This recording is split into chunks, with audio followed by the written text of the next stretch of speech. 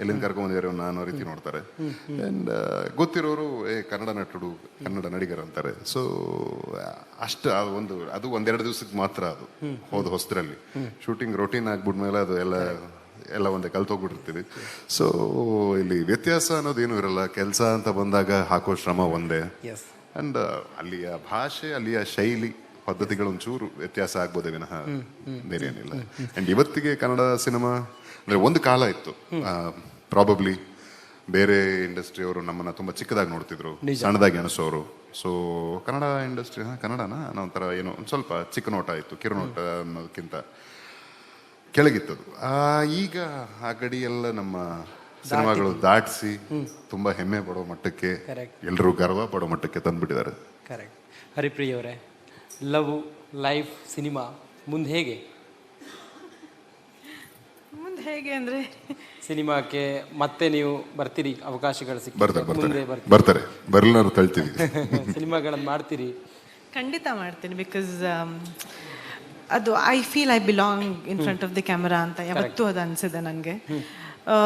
ಅಂದರೆ ಸಿನಿಮಾಗೆ ಸಾಕಷ್ಟು ಟೈಮ್ ಬೇಕು, ಅಟ್ಲೀಸ್ಟ್ ಒಂದು ಸ್ಕೆಡ್ಯೂಲ್ಗಾದರೂ ಕೊಡೋ ಅಷ್ಟು ಸಮಯ ಬೇಕು. ಸೊ ಆ ಸಮಯ ಈಗ ತಕ್ಷಣಕ್ಕೆ ಆಗ್ತಿಲ್ಲ. ಬಟ್ ಬ್ರ್ಯಾಂಡ್ ಎಂಡೋರ್ಸ್ಮೆಂಟ್ಸ್ ಆಗಿರ್ಬೋದು, ಈ ಥರದ ಕೆಲಸಗಳೆಲ್ಲ ನಾನು ಯಾವತ್ತೂ ಬಿಟ್ಟೇ ಇಲ್ಲ. ಇನ್ಫ್ಯಾಕ್ಟ್ ಡೆಲಿವರಿ ಆದ 15 ದಿನಕ್ಕೆ ಹೋಗಿ ಒಂದು ಫೋನ್ನ ಲಾಂಚ್ ಮಾಡಿ ಬಂದೆ. ಅದಾದಮೇಲೆ ಅಡ್ವರ್ಟೈಸ್ಮೆಂಟ್ಸ್ ಆಗಿರ್ಬೋದು, ಈ ಥರದ್ದೆಲ್ಲ ಮಾಡ್ತಾನೆ ಇದ್ದೀನಿ.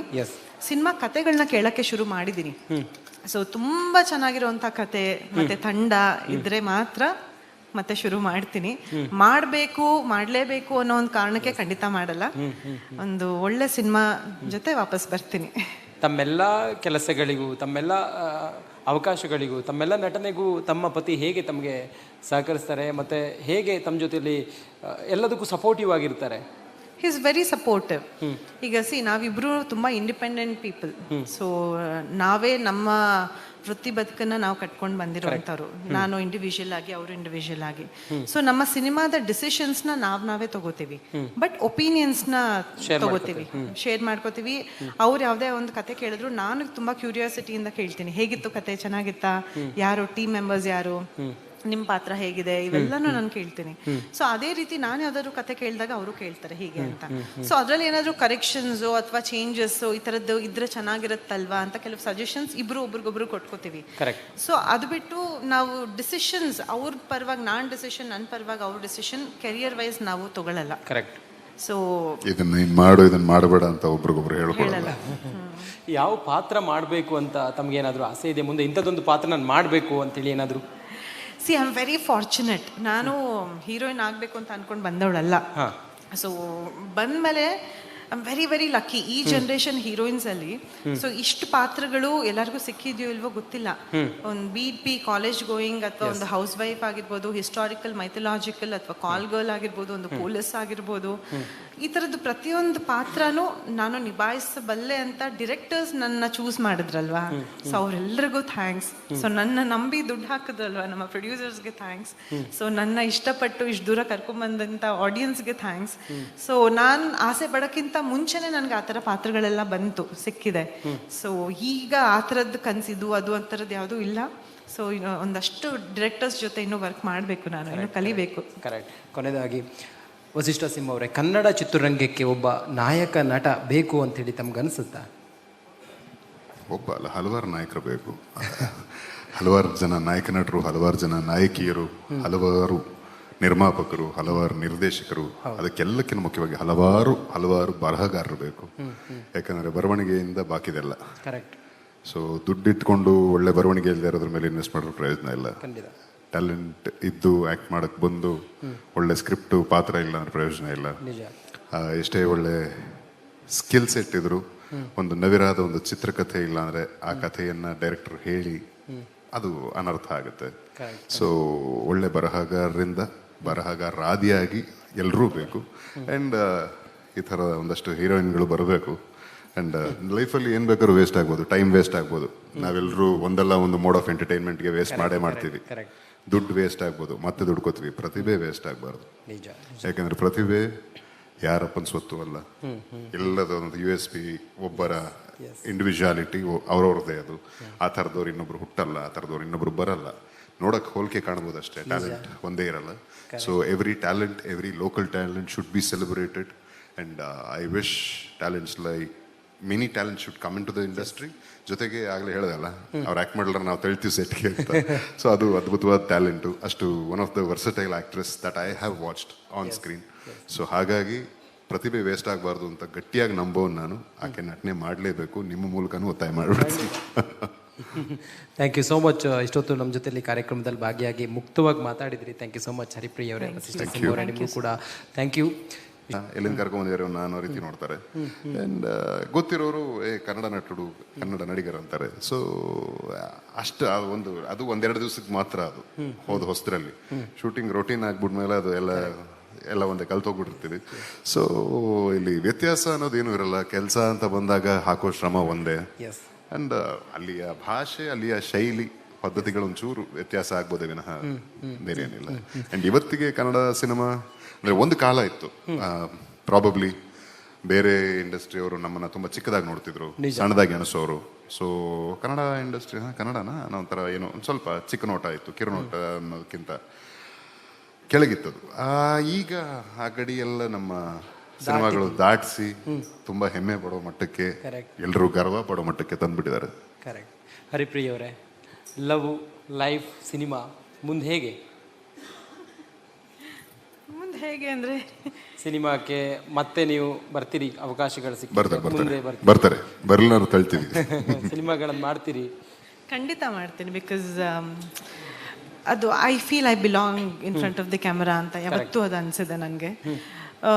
ಅಂದರೆ ಸಿನಿಮಾಗೆ ಸಾಕಷ್ಟು ಟೈಮ್ ಬೇಕು, ಅಟ್ಲೀಸ್ಟ್ ಒಂದು ಸ್ಕೆಡ್ಯೂಲ್ಗಾದ್ರೂ ಕೊಡೋ ಅಷ್ಟು ಸಮಯ ಬೇಕು. ಸೊ ಆ ಸಮಯ ಈಗ ತಕ್ಷಣಕ್ಕೆ ಆಗ್ತಿಲ್ಲ. ಬಟ್ ಬ್ರ್ಯಾಂಡ್ ಎಂಡೋರ್ಸ್ಮೆಂಟ್ಸ್ ಆಗಿರ್ಬೋದು, ಈ ಥರದ ಕೆಲಸಗಳೆಲ್ಲ ನಾನು ಯಾವತ್ತೂ ಬಿಟ್ಟೇ ಇಲ್ಲ. ಇನ್ಫ್ಯಾಕ್ಟ್ ಡೆಲಿವರಿ ಆದ 15 ದಿನಕ್ಕೆ ಹೋಗಿ ಒಂದು ಫೋನ್ನ ಲಾಂಚ್ ಮಾಡಿ ಬಂದೆ. ಅದಾದಮೇಲೆ ಅಡ್ವರ್ಟೈಸ್ಮೆಂಟ್ಸ್ ಆಗಿರ್ಬೋದು, ಈ ಥರದ್ದೆಲ್ಲ ಮಾಡ್ತಾನೆ ಇದ್ದೀನಿ. ಸಿನಿಮಾ ಕತೆಗಳನ್ನ ಕೇಳೋಕ್ಕೆ ಶುರು ಮಾಡಿದ್ದೀನಿ. ಸೊ ತುಂಬ ಚೆನ್ನಾಗಿರೋಂಥ ಕತೆ ಮತ್ತೆ ತಂಡ ಇದ್ರೆ ಮಾತ್ರ ಮತ್ತೆ ಶುರು ಮಾಡ್ತೀನಿ. ಮಾಡಲೇಬೇಕು ಅನ್ನೋ ಒಂದು ಕಾರಣಕ್ಕೆ ಖಂಡಿತ ಮಾಡಲ್ಲ. ಒಂದು ಒಳ್ಳೆ ಸಿನಿಮಾ ಜೊತೆ ವಾಪಸ್ ಬರ್ತೀನಿ. ತಮ್ಮೆಲ್ಲ ಕೆಲಸಗಳಿಗೂ, ತಮ್ಮೆಲ್ಲ ಅವಕಾಶಗಳಿಗೂ, ತಮ್ಮೆಲ್ಲ ನಟನೆಗೂ ತಮ್ಮ ಪತಿ ಹೇಗೆ ತಮಗೆ ಸಹಕರಿಸ್ತಾರೆ ಮತ್ತೆ ಹೇಗೆ ತಮ್ಮ ಜೊತೆಲಿ ಎಲ್ಲದಕ್ಕೂ ಸಪೋರ್ಟಿವ್ ಆಗಿರ್ತಾರೆ? He is very supportive. ಈಗ ನಾವಿಬ್ರು ತುಂಬಾ ಇಂಡಿಪೆಂಡೆಂಟ್ ಪೀಪಲ್. ಸೊ ನಾವೇ ನಮ್ಮ ವೃತ್ತಿ ಬದುಕನ್ನ ನಾವು ಕಟ್ಕೊಂಡು ಬಂದಿರುವಂಥವ್ರು. ನಾನು ಇಂಡಿವಿಜುವಲ್ ಆಗಿ, ಅವರು ಇಂಡಿವಿಜುವಲ್ ಆಗಿ.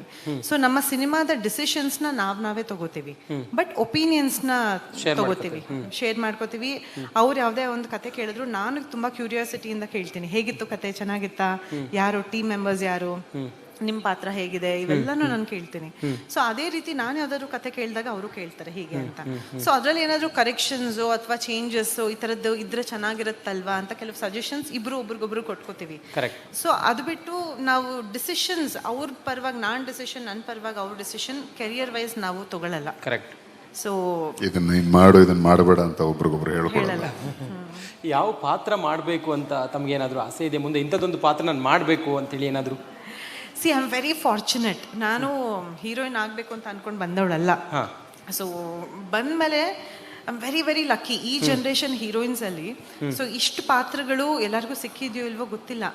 ಒಂದು ಬಿ ಕಾಲೇಜ್ ಗೋಯಿಂಗ್ ಅಥವಾ ಒಂದು ಹೌಸ್ ವೈಫ್ ಆಗಿರ್ಬೋದು, ಹಿಸ್ಟಾರಿಕಲ್ ಮೈಥಲಾಜಿಕಲ್ ಅಥವಾ ಕಾಲ್ ಗರ್ಲ್ ಆಗಿರ್ಬೋದು, ಒಂದು ಪೊಲೀಸ್ ಆಗಿರ್ಬೋದು, ಈ ಥರದ್ದು ಪ್ರತಿಯೊಂದು ಪಾತ್ರನೂ ನಾನು ನಿಭಾಯಿಸಬಲ್ಲೆ ಅಂತ ಡಿರೆಕ್ಟರ್ಸ್ ನನ್ನ ಚೂಸ್ ಮಾಡಿದ್ರಲ್ವಾ. ಸೊ ಅವರೆಲ್ಲರಿಗೂ ಥ್ಯಾಂಕ್ಸ್. ಸೊ ನನ್ನ ನಂಬಿ ದುಡ್ಡು ಹಾಕಿದ್ರಲ್ವಾ ನಮ್ಮ ಪ್ರೊಡ್ಯೂಸರ್ಸ್ಗೆ ಥ್ಯಾಂಕ್ಸ್. ಸೊ ನನ್ನ ಇಷ್ಟಪಟ್ಟು ಇಷ್ಟು ದೂರ ಕರ್ಕೊಂಬಂದಂಥ ಆಡಿಯನ್ಸ್ಗೆ ಥ್ಯಾಂಕ್ಸ್. ಸೊ ನಾನು ಆಸೆ ಪಡೋಕ್ಕಿಂತ ಮುಂಚೆನೆ ನನಗೆ ಆ ಥರ ಪಾತ್ರಗಳೆಲ್ಲ ಬಂತು, ಸಿಕ್ಕಿದೆ. ಸೊ ಈಗ ಆ ಥರದ್ದು ಕನಸಿದ್ದು ಅದು ಆ ಥರದ್ದು ಯಾವುದೂ ಇಲ್ಲ. ಸೊ ಒಂದಷ್ಟು ಡಿರೆಕ್ಟರ್ಸ್ ಜೊತೆ ಇನ್ನೂ ವರ್ಕ್ ಮಾಡಬೇಕು, ನಾನು ಇನ್ನೂ ಕಲಿಬೇಕು. ಕರೆಕ್ಟ್. ಕೊನೆಯದಾಗಿ ವಸಿಷ್ಠ ಸಿಂಹ ಅವರೇ, ಕನ್ನಡ ಚಿತ್ರರಂಗಕ್ಕೆ ಒಬ್ಬ ನಾಯಕ ನಟ ಬೇಕು ಅಂತೇಳಿ ತಮ್ಗನ್ಸುತ್ತಾ? ಹಲವಾರು ನಾಯಕರು ಬೇಕು. ಹಲವಾರು ಜನ ನಾಯಕ ನಟರು, ಹಲವಾರು ಜನ ನಾಯಕಿಯರು, ಹಲವಾರು ನಿರ್ಮಾಪಕರು, ಹಲವಾರು ನಿರ್ದೇಶಕರು, ಅದಕ್ಕೆಲ್ಲಕ್ಕಿಂತ ಮುಖ್ಯವಾಗಿ ಹಲವಾರು ಬರಹಗಾರರು ಬೇಕು. ಯಾಕಂದ್ರೆ ಬರವಣಿಗೆಯಿಂದ ಬಾಕಿದೆಲ್ಲ. ಕರೆಕ್ಟ್. ಸೊ ದುಡ್ಡಿಟ್ಕೊಂಡು ಒಳ್ಳೆ ಬರವಣಿಗೆ ಇಲ್ಲದೆ ಇರೋದ್ರ ಮೇಲೆ ಇನ್ವೆಸ್ಟ್ ಮಾಡೋ ಪ್ರಯೋಜನ ಇಲ್ಲ. ಟ್ಯಾಲೆಂಟ್ ಇದ್ದು ಆ್ಯಕ್ಟ್ ಮಾಡಕ್ಕೆ ಬಂದು ಒಳ್ಳೆ ಸ್ಕ್ರಿಪ್ಟು, ಪಾತ್ರ ಇಲ್ಲ ಅಂದ್ರೆ ಪ್ರಯೋಜನ ಇಲ್ಲ. ಎಷ್ಟೇ ಒಳ್ಳೆ ಸ್ಕಿಲ್ ಸೆಟ್ ಇದ್ರು ಒಂದು ನವಿರಾದ ಒಂದು ಚಿತ್ರಕಥೆ ಇಲ್ಲ ಅಂದರೆ ಆ ಕಥೆಯನ್ನು ಡೈರೆಕ್ಟರ್ ಹೇಳಿ ಅದು ಅನರ್ಥ ಆಗುತ್ತೆ. ಸೊ ಒಳ್ಳೆ ಬರಹಗಾರಾದಿಯಾಗಿ ಎಲ್ಲರೂ ಬೇಕು. ಆ್ಯಂಡ್ ಈ ಥರ ಒಂದಷ್ಟು ಹೀರೋಯಿನ್ಗಳು ಬರಬೇಕು. ಆ್ಯಂಡ್ ಲೈಫಲ್ಲಿ ಏನು ಬೇಕಾದ್ರೂ ವೇಸ್ಟ್ ಆಗ್ಬೋದು, ಟೈಮ್ ವೇಸ್ಟ್ ಆಗ್ಬೋದು. ನಾವೆಲ್ಲರೂ ಒಂದಲ್ಲ ಒಂದು ಮೋಡ್ ಆಫ್ ಎಂಟರ್ಟೈನ್ಮೆಂಟ್ಗೆ ವೇಸ್ಟ್ ಮಾಡ್ತೀವಿ. ದುಡ್ಡು ವೇಸ್ಟ್ ಆಗ್ಬೋದು, ಮತ್ತೆ ದುಡ್ಕೋತೀವಿ. ಪ್ರತಿಭೆ ವೇಸ್ಟ್ ಆಗಬಾರ್ದು.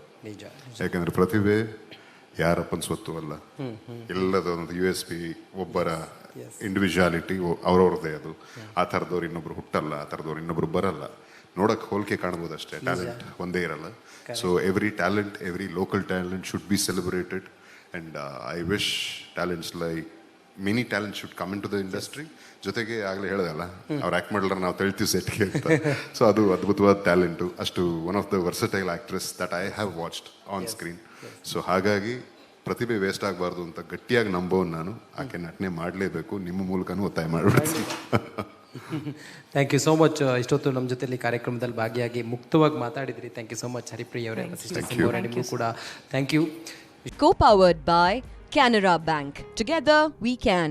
Beverage partner Campa Energy. Energy Blast Super Fast. Payments partner भीम, भारत का अपना पेमेंट्स ऐप, सबसे भरोसेमंद और सुरक्षित. Session partner Shri Sai gold palace. Deepavali mega offer निम्म साई गोल्ड पैलेस नल्ली.